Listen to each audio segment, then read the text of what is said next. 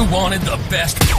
You've got the best podcast. The hottest podcast in the world.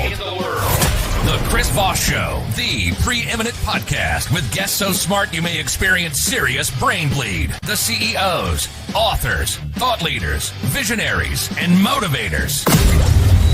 Get ready. Strap yourself in. Keep your hands, arms, and legs inside the vehicle at all times, because you're about to go on a monster education roller coaster with your brain.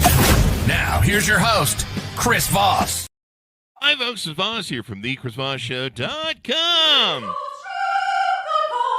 There you go, ladies and gentlemen. The Iron Lady sings. That makes it official. The shrillness in my ears tells me we have launched somewhere in the 2,200 episode range of the Chris Voss Show. For over 16 years, we've been bringing you the most uplifting stories, the brightest people, the smartest folks on the earth who come and teach you how to improve your life better, how to live your life better. We should get people in here that teach that not how to live their life better.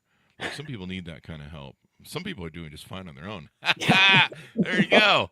Maybe that's me. Am I talking about me? Maybe that's my job. Anyway, guys, we have an amazing young lady on the show today. We're going to be talking about her exciting new book. But please, as always, we beg, we plead, we get out down on one knee. Refer the show to your family, friends, and relatives. Go to goodreads.com/Chris Voss, LinkedIn.com/Chris Voss, Chris Voss, one on the TikTok, Chris Voss, Facebook.com, and geez, wherever we are. Anyway, she's the author of the newest book. Came out June 1st, 2024. It's called The Reinvention Mindset by Lori McDowell. And she's a doctorate as well. Is it doctorate or PhD? Did I say it right? That's right. There you Doctorate go. or PhD. Doctorate. Or I was thinking doctor for some reason, but either way, I think you can still do surgery. I don't know. Don't quote me on that. Lori McDowell is a best-selling author, coach, and speaker known for her heart-led spiritual approach to helping women redefine success and fulfillment. Through her award-winning book, The Reinvention Mindset. Did I get that right? The Reinvention Mindset. I kind of slurred partway through. She does coaching, retreats, transformational workshops. Lori guides women to overcome limitations and create lives of purpose and joy. Welcome to the show, Lori. How are you? I'm great, Chris. How are you? I am excellent. It's wonderful to have you here as well. Give us your .coms, wherever you want people to find you on the interwebs in the sky. Sure. If you go to your extraordinary or extraordinarylife.net, that has all my other links on there. You can find my webpage, which is reimagineyou.net. It's got my LinkedIn, my Facebook, my Instagram. So yourextraordinarylife.net. And you can book a call with me there. You can buy the book. It's got the link to Amazon. So that page will pretty much get you everywhere. Awesome sauce. So give us a 30,000 overview. What's in your new book? Well, the book is about people who have had horrible, horrible things happen to them. And instead of falling apart, they did amazing things. They started nonprofits. They started amazing companies. They just really did incredible things from the awful. And I interviewed a lot of these people to try to figure out, like, why can they do it when most of the world falls apart, when awful things happen to them? And I did this right after an awful thing had happened to myself. So it was kind of, as I was writing the book, I was coaching myself, healing myself, trying to figure out what the next stage of my life was. And I found out that a lot of these people have a lot of things in common, and they all, independently all talked about the same thing. So I figured, well, okay, let's look at their stories. And if they can do it after something awful, shouldn't everybody be able to reinvent themselves without waiting for something awful to happen? So it's half storytelling, half motivational, inspirational, with a little bit of self-help thrown in there. There you go. Well, stories are the owner's manual of life, as we say on the show. Some guy made that term up. I think it was me. The great thing about stories is, other people share their experiences, their cathartic moments, the experiences they have. And, by sharing, we all get better. And sometimes if you're in that moment of catharticism, I flunked second grade. It's called by joke on the show. I really didn't. But you'd think I did. People are looking at me going, he flunked third grade. That's what it was. It wasn't second. It was third grade. My husband repeated second grade. It's okay. Yes, really. I don't feel so bad now. These stories help us get through these cathartic moments, and they help each other, and you just never know who needs that help and who it's going to help and change their life. How did you compile the stories? How did you put them together? I had always wanted to write a book, and I never had the time. And every time I found something interesting, I would write about it and I would stick it in a folder on my laptop. Hmm. So I wrote the book after I had actually gotten fired from a job. That's another story. It's in the book, but we can maybe talk about that in a little Sure. bit because it was quite an interesting firing. Oh, And I didn't know what I was going to do. And I said, well, I always wanted to write a book, and now I have time, so I'll write a book.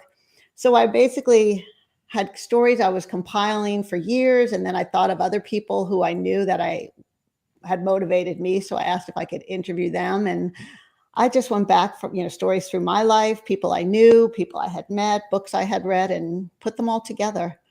oh wow. There you go. And what was we mentioned the firing story? You want to tease out a little bit on that one? Sure. I'm a chemical engineer. That's what my PhD is in, or at least You like drugs, I guess, huh? I guess, yeah. I can make them anyway. So, Note to but self: get to know Lori better. yes. So I had been working as a chemical engineer, and I was with this company for about 11 years. And I thought I liked my job. It looked good on paper. I had a good salary. I had great customers, and my boss retired, and a new person took over. And I didn't really like the way he did things, yet I Mm. still figured I would get by. And we had a meeting that was about 4 hours from my house. And it was a 2-day meeting. And I was supposed to speak the second day. And I drove to the meeting, and I got there. And when I went to check into the room, they told me my hotel room had been canceled, which I thought was a little bit odd. One of my coworkers was there at the same time checking in, and he's like, "Oh, that's the way they tell you that you're fired." And we kind of had a good Oh, laugh about it. And I went to meet with my boss that night before our dinner. uh-huh. And when I went to meet with him, he had HR on the phone, and they said, Oh, "We're firing you. Turn in your laptop and company card. You'll be paid till the end of the day. Go home." did they at And I least pay for was your hotel? I mean, you're there. they paid for my hotel, but they told me to Oh, go home because I had let's say put that reinstated the money. room anyway. So I Just cost them the grab a hotel. coffee and a biscuit Yeah. off the Continental thing and get the hell out. Yeah. It was awful because I was like, why did, like, who makes you drive 4 hours to fire me? Why didn't you just tell me It's this cold. morning? It's cold. And it was embarrassing because I was on the agenda and suddenly I wasn't going to be at the meeting. Suddenly you're not on the agenda. No. And I had to drive home. And it was, And it was four an hours of awful driving home. Oh my God. 4 hours. And I Wow. live in Texas, so lots of Jeez. traffic. It was like 5:30 when I left the hotel. And my first couple hours of the drive were like miserable. Road rage. I was just angry. I was I trying shouldn't not to laugh at kill road someone. rage. Yeah. What's going on And there? then about halfway home, like the thought popped into my head that I don't have to go to work tomorrow. And it was like an instant weight was lifted off my shoulder. And it was like, I don't have to go to work tomorrow. I'm like, I'm free. I don't have to do this job anymore.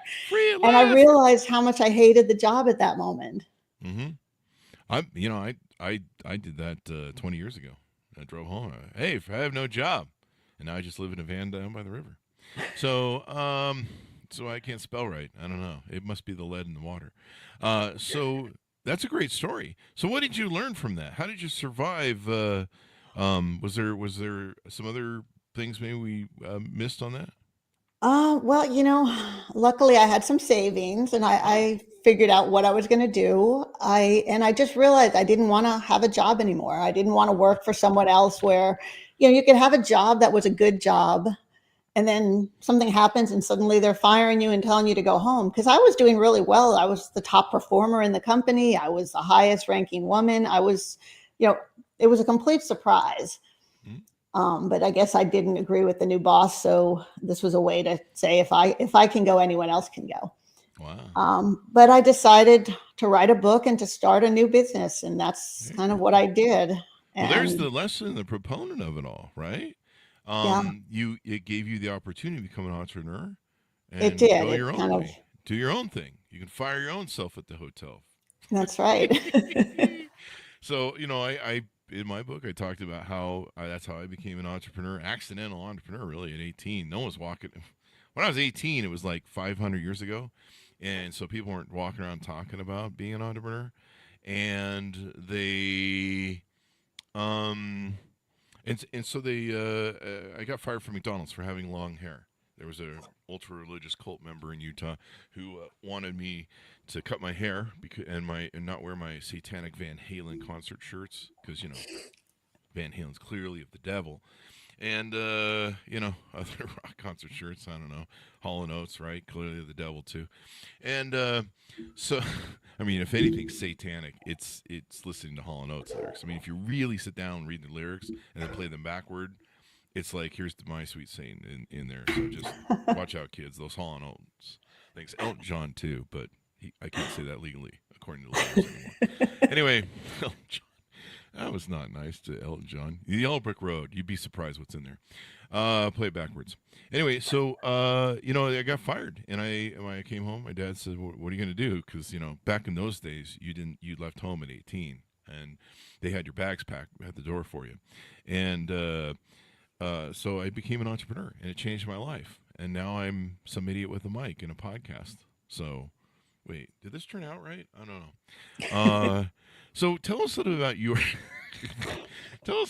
your stories. How did you grow up, and what were some of maybe your influences that maybe helped inspire that entrepreneurial spirit? Sure. Yeah. I grew up in a Italian Catholic family in New Jersey. I mean, we were basically the Sopranos that's without like the trifecta of. Yeah. Yeah, we were the Sopranos without all the murder. I mean, that was really us. Are you sure? Yeah, my dad was a truck driver. He was a Teamster. Oh, there you go, Teamsters. Yeah. So we, and it was loud. So you were in the mob then, basically. Well, indirectly a little bit. Well, my grandfather was a Teamster in West Virginia. So. Yeah. I did go to school on the Josephine. When I went to college, I had a Josephine Provenzano Memorial Scholarship. Oh. And hey, do you know where Hoff is buried? Just one. Not sure, but I worked at the Meadowlands for a little bit, so you never. I've heard that's rumors. One of the rumors, isn't it? Yeah. Mm-hmm. He's buried. So yeah, so I came from this big, loud family. I mean, I learned to play poker when I was like 4 years old. I could sit there at the table with the family, and we were real close. And you just, you were loud. You were out there. My mom is an interesting person. There's a lot of stories about my mom in the book. My mom is very negative. I mean, someone could hand her a bag full of gold bars and say, "Here, this is yours." And she would complain that it's so heavy. I mean, that's how she finds the negative in everything. Wow. And there's a lot of fun stories about my mom in the book because we're very different. I love her, but she's not necessarily the person I chose. I read the 1-star review she gave on Amazon for the book. Yeah, probably. No, I'm just kidding. Wouldn't surprise me. Yeah. Anyway, but so, I was I had a fairly happy childhood. And then when I was a senior in high school, my younger sister actually got hit by a car. Oh, no. And she was in a coma for about 4 months, and she came out of the coma, but she still had some brain damage, never normal. She's in her 50s now. Yet at that point, I think that's when I really started kind of realizing that life is short, that you never know what's going to happen. So you might as well try to live for the fullest and, try everything. Don't count on tomorrow. And it shaped a lot of my life. So I've always been a bit of an adventurer. I'll try almost anything once. I do some things that some people think are crazy. A couple of years ago, I rappelled off the side of a hotel, a 30-story hotel, to support a nonprofit. So. Oh. Were you just trying to get out of pain, though? Maybe. No. Maybe it was fun. The first step was hard. If I go out the outside, though, they won't hit me up for that credit card, Ron. It was interesting. People in their room looking out the windows like, what are these people doing? So. They don't hit me up for those movies I watched. I don't know what they are. Kind of embarrassing. One was watching carrots being peeled. I don't know. So it's the Food Network, folks. It's food porn. So go on. I'm sorry I interrupted you. No, that's okay. Yeah, so that was really one of the things that shaped my life. But other than that, I kind of went to college, did all the stuff that I thought I was supposed to do, and pretty much did that for like 30 years until I got fired and realized that what I was supposed to do wasn't really what I wanted to do. That, There you yeah, go. being a chemical engineer paid the bills well, but it never Sure. really was what I loved. It. I never like jumped up and said, "Oh my God, this is the best job in the world. I love it." So I figured, well, now I'll do something I love. There you go. And so, just like Walter White, you got a van and started doing chemical engineering in the van. Was that how it worked? I didn't read the book clearly. Not quite, but Started Breaking Bad. yeah, I think that's how his story went too. You got to watch out for them chemical engineers. They're always up to something. They're always cooking something up, right? I don't know. I'm really bad with the chemical engineer jokes. Clearly, I need to work on this. So we'll go back to the drawing board on some of these.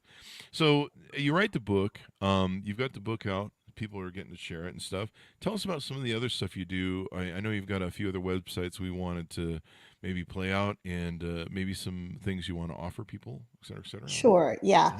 So, in addition to writing the book, I'm a life and mindset coach. After I wrote the book, I realized that people who write books usually don't make a whole lot of money off their books, and I had to do something to make a living. And I always loved speaking, so I started speaking. And as I was speaking, I was learning more about myself, and I ended up learning a lot of stuff about mindset and life and conscious and unconscious mind, and got a number of coaching certifications and said, well, this has really helped me. Let me help other people. So I started a coaching business. So I speak about mindset. I speak at conferences, keynote speakers, pretty much everywhere. And then I help people with their mindset. So I'm a life and mindset coach, really helping people reinvent themselves at any time, to where instead of just living the life they're supposed to live, or a life where they're kind of like, they can actually live a life that they're passionate about. And sometimes it requires a change on the outside, but sometimes it's just a change on the inside. And that's really what we end up doing through the coaching. Yeah. So I found my life was more passionate when I started drinking heavy. that's one way. Don't do it, folks. It doesn't end well. You need those livers and kidneys at the end. So you help people. I notice you've got an offer on the website. I see something here, the Reinvention Mindset book on one page, and then the From Stuck to Soaring, 5 Mindset Hacks for Limitless Success. Right. Yeah. From stuck to soaring. That's really some, 5 tips to try to get your mindset in the right place. Like, I mean, I'm an engineer. I grew up as an engineer, and I basically ended up doing everything, logical, living on the that logical side of my brain. Everything was conscious, everything was planned. And as I wrote the book and studied, I realized I was missing probably 90% of my brain. Wasn't using a lot of it. And I learned to harness that. So these are 5 tricks that help you really start connecting what's important to you. And these are the things that people who have been able to reinvent themselves and do amazing things do on a daily basis. So this kind of gives you those 5 tips. You can take a look at that. You can sign up with schedule a call with me, and we can go over them and figure out some things specifically for you if that's of interest. So yeah, that sounds awesome. And they can get I think they can sign up for a free copy or something like that at the bottom there. yes. Okay. There you go. And then on the you've got the Reinvention Mindset. Your personal motto is life is meant to be lived one crazy adventure at a time. Certainly if you're going down the side of a hotel on a cable, just so you can get out of paying for the extra continental breakfast muffins you stole. There's that. Yeah, I think everything's worth trying once. I'm planning some retreats for 2025 that combine scuba diving and hiking and adventure with coaching and mindset. So for anyone who ever wanted to try it, they can come on the retreats, and it's a business expense since it's helping them with their business. So it's a great way to combine vacation and work. Lori, what kind of coffee are you drinking? I just want to know because I don't want to drink it. I like staying home sleeping. No, I'm just teasing. So anyway, the I'm hitting on all cylinders. Maybe we should have a vacation every week in the middle of the week, like we do at Christmas here in 2024. I'll get one next year or next week. Yeah, well, I'm doing next every year. week. We're doing Christmas every week. Damn it! From here on out, I'm a big boy and I'm an adult and I'll do what I want. Wait, I won't do what I want. There's good. Oh, we have CS next week, so we got to cover that. What haven't we talked about? Do we want to tease out, maybe offer people, et cetera, et cetera? Sure. Well, like I said, the book, we talked about the book a little bit. The book is on Amazon. And for those people who don't like to read, the audiobook just came out this last week. So the audiobook is now there. It's not my voice. I've hired someone with a better voice to read it, but it was actually fun for me to listen to it again as I heard it, because I was like, well, I forgot about that. Oh, I wrote that. Oh, this is pretty good. So I think the audiobook is there. And, I am happy to, if you go to the link, I think that's on there, it's booklori.com. Feel free to book. If you're listening here and you want to book an appointment with me, I will give you like some quick tips, kind of go over a little bit about where you are in your life. We can look at that, and then you can get a free copy of the book. I can do the ebook or the audiobook, whatever one you're interested in. I'll send that to you. There you go. Well, this should be fun then. People can check it out. How do they handshake with you? How do they reach out to you? How do they onboard with you? Tell them how to do that. Give us the .coms as we go out. Sure. The easiest way, you can just email me at lmcdowell@reimagineyou.net. And then, like I said, the webpage is reimagineyou.net. And then also at that yourextraordinarylife.net. You can get all the links to my Instagram, my Facebook, my LinkedIn. Those are the three that I'm on mostly that you'll find me. And feel free to reach out, ask questions, sign up for the mail list. I send out emails with tips and, tips every week. So you can get on those a couple times a week. And I think everybody, should be able to live a life of joy, fun, laughter, and you have it all inside of you. And it's just trying to figure out how to get it out. Yeah, that's what I usually trying to get whatever's inside me out. Usually right now, this week, it's all the food I ate over. Yeah. we were talking about in the green room, all the food I ate over at Christmas. And, man, that stuff is sure sticky. I don't know what it is. It's all the meat and potatoes, I think, or something. And it's probably, actually, it's all that pumpkin pie. And we had a lot of pies this year. It was pretty good. We went to some nice places, and they had pie galore. Is that a pie galore? I don't know. That's probably going to be the name of my first daughter. Anyway, so thank you very much for coming to the show, Lori. We really appreciate it. Thank you. Thank you. And thanks, Simonis, for tuning in. Order of the book wherever fine books are sold. The Reinvention Mindset, out June 1st, 2024 by Lori McDowell. And also, not to leave it off the table here, go guilt your friends, relatives, neighbors, dogs, cats. Just get everybody to listen to the show. Play for the cockroaches when you leave for work. Go to goodreads.com/Chris Voss, LinkedIn.com/Chris Voss. Chris Voss 1 in the TikTokity, all that crazy stuff. Be good to each other. Stay safe. We'll see you next time.